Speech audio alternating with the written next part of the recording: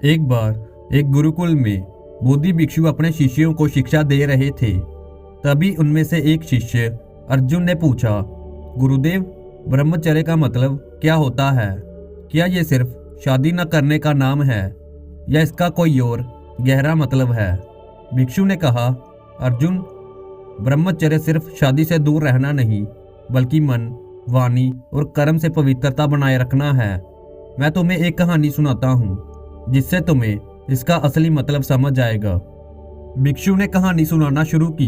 बहुत समय पहले की बात है। हिमालय के एक आश्रम में राय भिक्षु अपने शिष्यों को तपस्या और ब्रह्मचर्य का महत्व सिखाते थे। उनके सबसे होनहार शिष्य का नाम करण था। वह बहुत अनुशासित था और हमेशा ध्यान व साधना में लगा रहता था। एक दिन राय भिक्षु ने करण से कहा, ब्रह्मचर्य सिर्फ आश्रम में रहकर साधना करने से सिद्ध नहीं होता। यह हर जगह परीक्षा लेता है। मैं तुम्हारी परीक्षा लेना चाहता हूँ। करण ने कहा, गुरुदेव, आप मुझे जो भी आज्ञा देंगे मैं उसे पूरा करूँगा। राय भिक्षु बोले, तुम्हें एक गांव में 1 साल तक रहकर लोगों की सेवा करनी होगी, लेकिन एक बात का ध्यान रखना, किसी भी परिस्थिति में अपनी आत्मशक्ति को मत खोना। करण अगली सुबह गांव में पहुंचा। वहां उसने लोगों की सेवा करनी शुरू कर दी।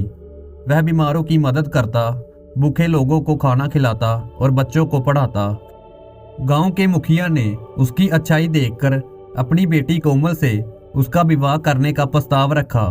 करण ये सुनकर सोच में पड़ गया। उसने खुद से सवाल किया, क्या ये मेरी परीक्षा है? क्या ये मोह और आकर्षण मेरी साधना को तोड़ देगा?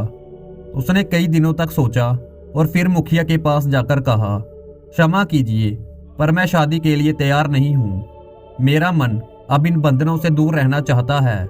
मुखिया ने करण के फैसले को स्वीकार किया और उसे आशीर्वाद दिया। फिर एक दिन कोमल ने करण से पूछा, तुम हमेशा इतने शांत क्यों रहते हो? क्या तुम्हें प्रेम पर विश्वास नहीं? करण हल्की मुस्कान के साथ बोला, प्रेम तो जीवन का आधार है, लेकिन सच्चा प्रेम वासना से मुक्त होता है। ब्रह्मचर्य का मतलब सिर्फ शादी न करना नहीं है, बल्कि अपने मन, वचन और कर्म को शुद्ध रखना है।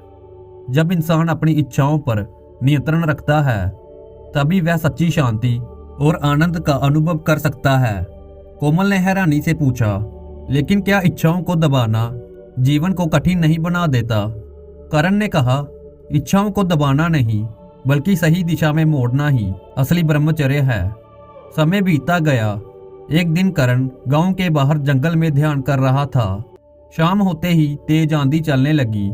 थोड़ी ही देर में बारिश भी शुरू हो गई। अंधेरा और तूफान देखकर वह पास की एक छोटी कुटिया में चला गया।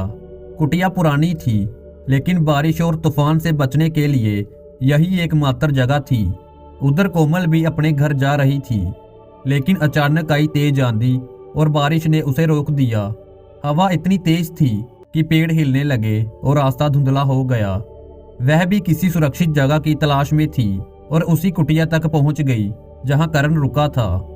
जब उसने दरवाजा खोला तो देखा कि करण पहले से ही वहां था। कोमल ने करण से पूछा, क्या आज भी तुम अपने ब्रह्मचर्य के नियम पर टिके रहोगे? करण मुस्कुराया और बोला, ब्रह्मचर्य का मतलब सिर्फ दूसरों से दूर रहना नहीं है, बल्कि अपने मन को काबू में रखना है।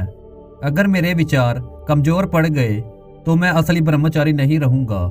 ये सुनकर कोमल को समझ आ गया कि सच्चा ब्रह्मचर्य केवल शरीर से नहीं, बल्कि मन से भी पवित्रता बनाए रखना है। फिर करण वहां से चला गया। 1 साल पूरा होने के बाद वह अपने गुरु के पास लौटा। उसने अपने अनुभव भिक्षु को सुनाए। भिक्षु मुस्कुराए और बोले, अब तुमने ब्रह्मचर्य का असली मतलब समझ लिया है। यह सिर्फ इच्छाओं को दबाने की प्रक्रिया नहीं है, बल्कि मन और आत्मा को शुद्ध करने की साधना है। करण ने राय भिक्षु को प्रणाम किया और जीवन भर ब्रह्मचर्य का पालन करने का संकल्प लिया।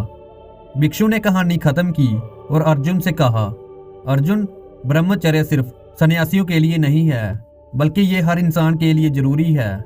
इससे आत्म संयम, ध्यान और जीवन में स्पष्टता आती है। जो भी इसका पालन करता है उसका जीवन सफल हो जाता है।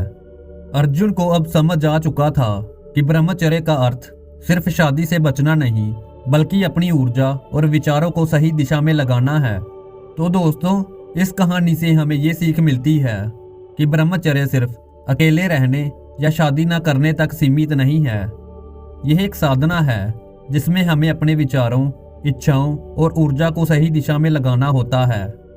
अगर हम इसे अपने जीवन में अपनाएं तो हम आत्मबल, मानसिक शांति और सफलता प्राप्त कर सकते हैं। तो उम्मीद है दोस्तों आपको ये कहानी पसंद आई होगी और आपने इससे ज़रूर कुछ सीखा होगा। कृपया चैनल पर नए हो तो चैनल को सब्सक्राइब और इस वीडियो को लाइक ज़रूर करें। मिलते हैं आपसे एक और प्रेरक कहानी के साथ। धन्यवाद।